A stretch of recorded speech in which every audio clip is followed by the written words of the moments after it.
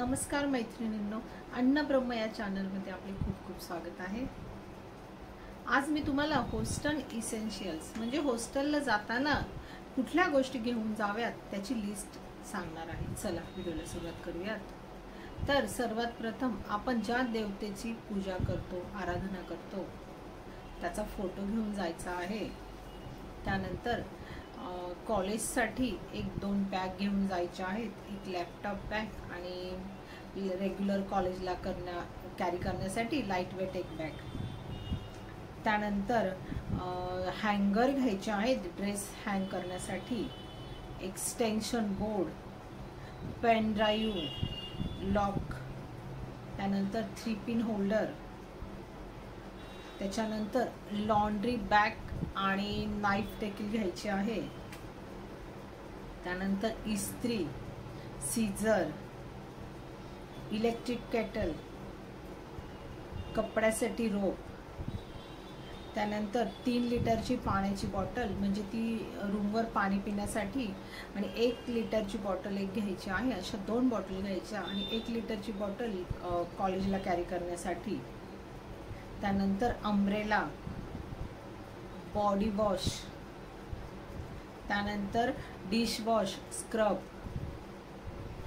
Cloth soap, कपड्याची powder, brush, coffee mug, त्यानंतर dish आणि चमचे। डिश आणि चमचेचा 1-2 वगैरे सेट द्या, कारण की सपोज एक बाय मिस्टेक मिस झाला तर एक सेट बॅगेमध्ये मिळून जाईल।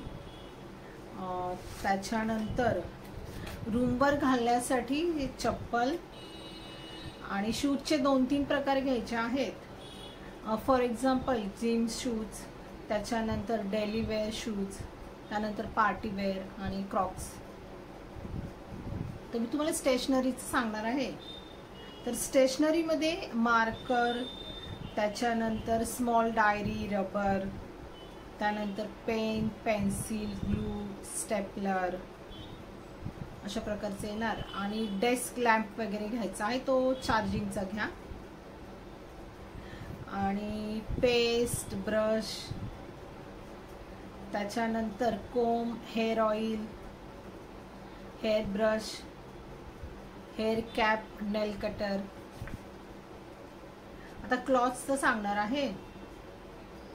क्लॉथ्समध्ये डेली वेअर्समध्ये डेली वेअर टॉप किंवा जीन्स, त्यानंतर कॅज्युअल, फॉर्मल,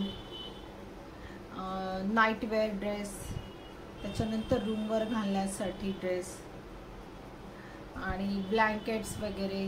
तिथे ज्याप्रमाणे क्लायमेट असेल त्याप्रमाणे ब्लँकेट्स किंवा स्वेटर्स हे देखील तुम्ही कॅरी करा। आता मी मेडिसिनचं तुम्हाला सांगणार आहे। O2 ही जर पाण्यामुळे इन्फेक्शन झालं तर त्यावर वापरली जाते। त्याच्यानंतर ॲजेसिप 500 ही सपोज जर थ्रोट इन्फेक्शन वगैरे झालं त्यासाठी असते ती। त्यानंतर सेटसिप सर्दी वगैरे। त्याच्यानंतर डोलो 650 जर ताप किंवा कणकणी आली त्यासाठी। त्याच्यानंतर स्पाझमोनिल पोटदुखीसाठी। त्याच्यानंतर डायक्लोजेम ही पेनकिलर आहे, कुठलाही बॉडीचा पार्ट जर दुखत असेल तर त्यासाठी। त्यानंतर कॉटन, डेटॉल, त्याच्यानंतर ओमनी जेल स्प्रे म्हणजे कुठलाही पेनकिलर स्प्रे, इलेक्ट्रॉल पावडर किंवा इकनॉम सॅशे, त्याच्यानंतर लिप बाम आणि बँडेड। तर या व्यतिरिक्त अजून म्हणजे जर तुमची मुलं म्हणजे तिथे हॉस्टेलला फूड व्यवस्थित नसेल तर त्याप्रमाणे त्यांना सपोज फ्रोझन फूड किंवा पॅकेट्स फूड्स हे देखील तुम्ही त्यांना देऊ शकता। मॅगीचे पॅकेट्स वगैरे पण देऊ शकता आणि म्हणजे ते तयार करू शकतील तिथे हॉस्टेलचं फूड त्यांना नाही आवडलं तर। आणि जे जे त्यांना आवडतं, सपोज मी माझ्या मुलाला एनर्जी बार देणार आहे कारण की त्याला ते खूपच आवडतात। फूड जर चांगलं नसेल तर बोलला मम्मी मी ते खाईल, तर त्याप्रमाणे मी त्याला ते दिलेलं आहे। आणि तुमच्या मुलाला जे जे फूड आवडतं फ्रोझनमध्ये किंवा पॅकेट फूड ते थोडंसं त्यांना द्या, किंवा ड्रायफ्रूट्स लाडू किंवा ड्रायफ्रूट्स। तर अशा प्रकारे मी माझ्या मुलाला देखील देणार आहे। तर माझी ही माहिती जर तुम्हाला आवडली असेल तर माझ्या व्हिडिओला शेअर, लाईक आणि सबस्क्राईब करा. थँक्यू.